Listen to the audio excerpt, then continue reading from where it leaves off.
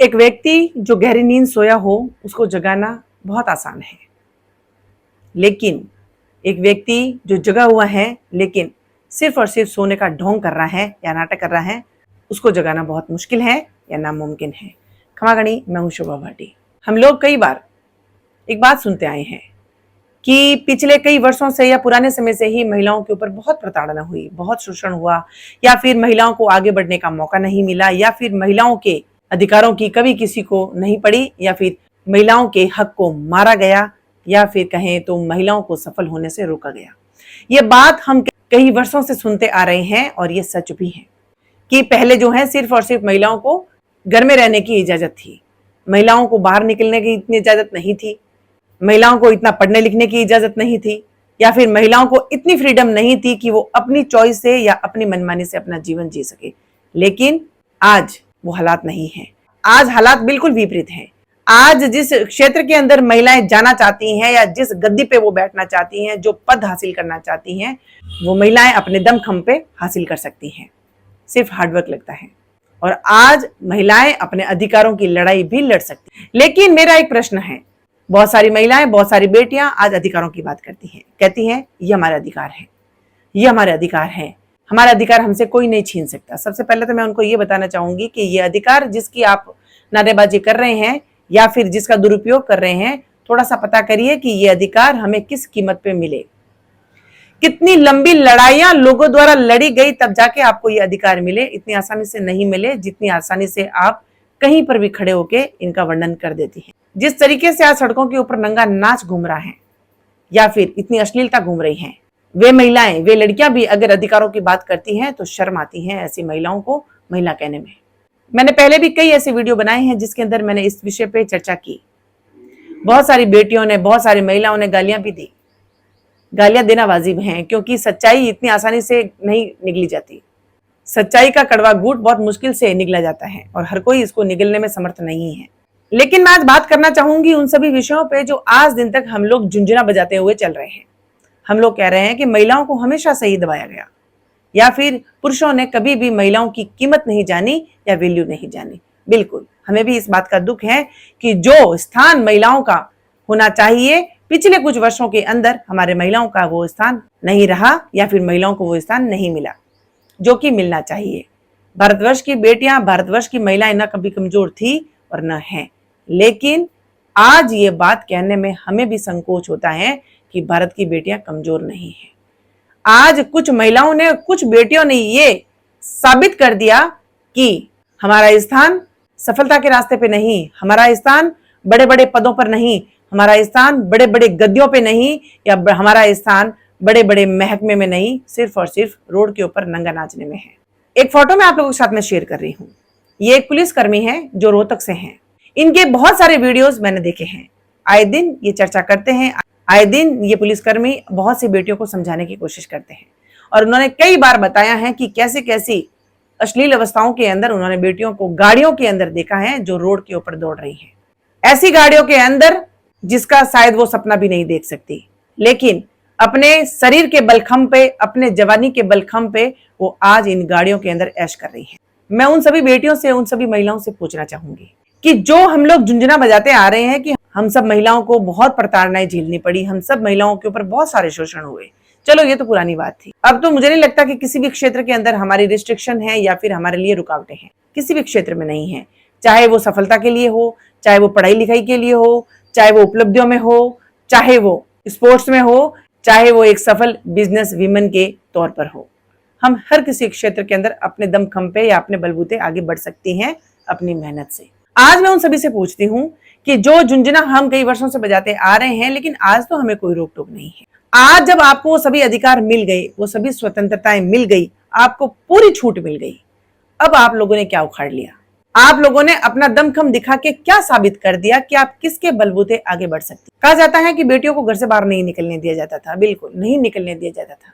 उनका दुर्भाग्य था कि वो आगे बढ़ना चाहती थी, अपने सपनों को पंख लगाकर आसमान में उड़ना चाहती थी, अपनी उपलब्धियों को हासिल करना चाहती थी, लेकिन दुर्भाग्यवश उनको वो मौके नहीं मिले।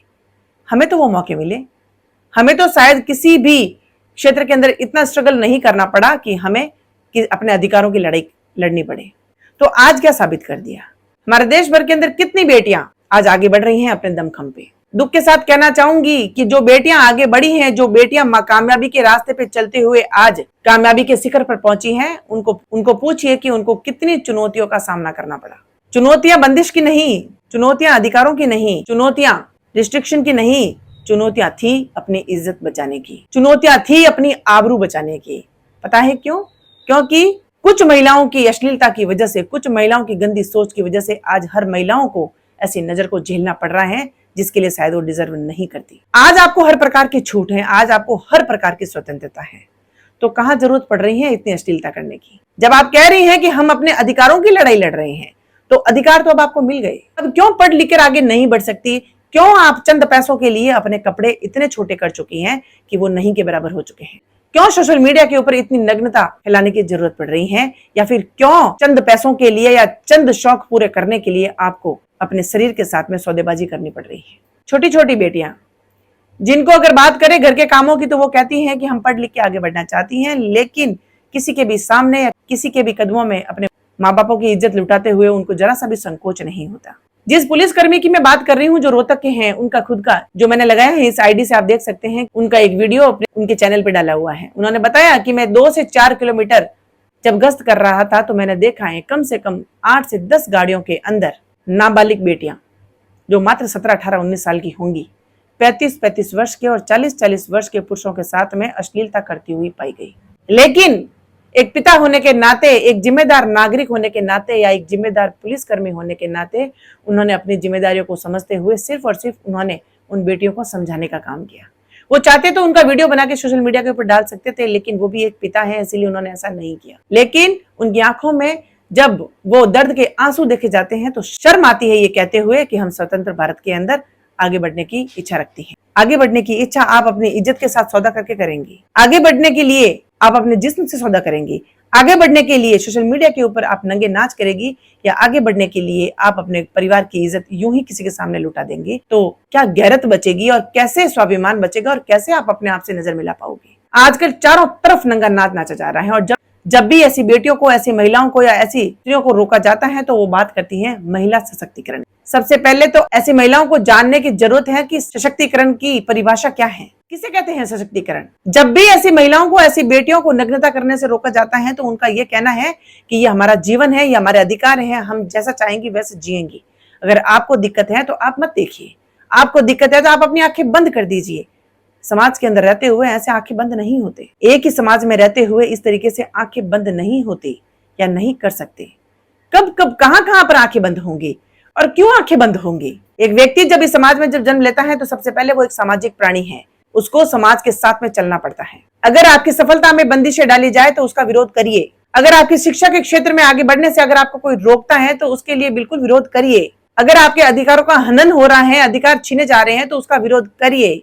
लेकिन अगर आपको गलत काम करने से रोका जा रहा है तो वहां पे विरोध करने की जरूरत नहीं है, वहां पे आपको समझदारी दिखाने की जरूरत है कि आपकी नासमझी से न जाने कितनी बेटियां आज घरों में कैद हैं। आपके लिए बहुत आसान है घर से झूठ बोल के निकल जाना, लेकिन बहुत सी बेटियां जब घर से बाहर निकलती हैं तो सबसे पहले अपने माता पिता से वादा करती हैं कि वो ऐसा अपने जीवन में कोई भी काम नहीं करेगी जिससे अपने माता पिता को सर झुकाना पड़े या माता पिता के चरित्र के ऊपर दाग लगे। उन बेटियों का जीना हराम हो गया है, उन बेटियों का आगे बढ़ना हराम हो गया है जो बेटियां पढ़ लिख कर आगे बढ़ना चाहती हैं, और वो सिर्फ और सिर्फ आप लोगों की वजह से हो रहा है। क्योंकि बहुत से पिता तुल्य लोग, बहुत से पिता की उम्र के लोग जब आए दिन सड़कों के ऊपर ऐसी अश्लीलता देखते हैं, ऐसा नंगा नाच देखते हैं, तो वो सबसे पहले घर पे जाके अपनी बेटियों पे पाबंदी लगाते हैं। क्योंकि उनका मानना यह है कि हमारी बेटियां ऐसे आवरण में जाके वो भी इस आवरण से बच नहीं पाएगी, जिसकी वजह से आज होनहार बेटियां, होनहार बच्चे चार दीवारी के अंदर कैद हैं। बहुत सारी महिलाएं अपने दमखम पे आगे बढ़ना चाहती हैं, लेकिन ऐसी अश्लील हरकतों से बाज नहीं आने वाली महिलाओं की वजह से बहुत सारी सफल महिलाएं आज असफलता के रास्ते पे चल रही हैं। आप लोगों से सिर्फ और सिर्फ एक विनती है, क्योंकि इतना समझाने के बावजूद भी और इतने रेप केसेस आने के बावजूद भी, इतनी बेटियों की जिंदगी बर्बाद होने के बावजूद भी अगर आपको नहीं समझ में आता तो आपको कोई भी नहीं समझा सकता। जैसा कि आप लोग कह रही हैं कि ये हमारा जीवन है, जैसा हम चाहेंगे वैसा जिएंगे, हम अपने शरीर के ऊपर जितना चाहें उतना छोटे कपड़े पहनेंगी, आपको क्या लेना देना? हमें कोई लेना देना नहीं है। लेकिन आपसे बस इतनी विनती है कि अपना ये नंगा नाच सिर्फ और सिर्फ 4 दीवारी के अंदर रखिए, क्योंकि आपकी वजह से बहुत सारे होनहार बच्चे आज आगे नहीं बढ़ पा रहे हैं, क्योंकि वो भी शक की सूली पे चढ़ रहे हैं, शक की निगाहों से देखे जा रहे हैं। और आपकी ऐसी अश्लील हरकतों की वजह से बहुत से बच्चों का घर से बाहर निकलना मुश्किल हो गया है या फिर नामुमकिन हो गया है। आप लोगों से मैं कोई शिकायत नहीं है, आज आपसे सिर्फ और आज मुझे आप लोगों से कोई शिकायत नहीं, या फिर मैं कुछ भी आपको समझाने की कोशिश नहीं कर रही हूँ। आज मैं सिर्फ और सिर्फ आप लोगों के सामने एक विनती कर रही हूँ कि अपना ऐसा नंगा नाच, आप अपनी ऐसी अश्लीलता या अपनी ऐसी हरकतें और अपने ऐसे कृत्य प्लीज अपने बंद कमरों में करिए, क्योंकि आपकी वजह से बहुत सी जिंदगियां सिर्फ और सिर्फ इसलिए गुट गुट के जी रही हैं क्योंकि वह भी शक की निगाहों से देखी जा रही हैं। उनका घर से बाहर निकलना मुश्किल हो गया है, उनका जीना मुश्किल हो गया है। इसीलिए आपका जीवन है, आप उसको आबाद करें या बर्बाद करें, आप उसको कामयाब करें या फिर किसी के भी सामने लुटाएं, लेकिन इस तरीके से सड़कों के ऊपर नंगा नाच न करें, जिसकी वजह से बहुत सी बेटियां आज बंद कमरों में घुट घुट के जी रही हैं।